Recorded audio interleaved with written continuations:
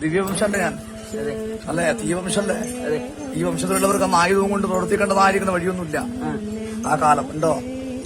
അത് ഞാൻ അങ്ങനെ പ്രവർത്തിക്കുന്ന നേരത്താണ് പിതാവ് പറഞ്ഞത്, ഇതൊന്നുമല്ല പ്രവർത്തിക്കേണ്ടത്, നീ ഒക്കതൊക്കെ പണിയെടുക്കണം, ഞങ്ങളുടെ കുലത്തിനനുസരിച്ചിരിക്കുന്ന മഹിമയുള്ള പ്രവർത്തികൾ നീ എടുക്കണം.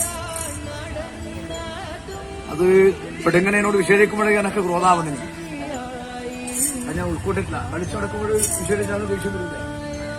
വരുവാ കളിച്ചു നടക്കുന്ന നേരത്ത് അമ്മയും അച്ഛനും മറ്റെന്തെങ്കിലും വിശേഷിച്ചാലും ദേഷ്യം വരില്ലേ? ആ ഒരു നേരമുണ്ട് അല്ലേ? അതുകൊണ്ട് തന്നെ ക്രോധാവുന്നത്, ക്രോധം കൊണ്ട് തന്നെയാണ് ഞാൻ വാക്ക് വിശേഷിച്ചിട്ടുള്ളത്. എന്താ വിശേഷിച്ചു?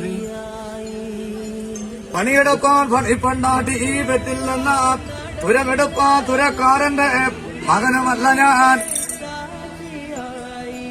പണിയെടുക്കായിൽ എനിക്ക് നിങ്ങളുടെ ചോറും വേണ്ട.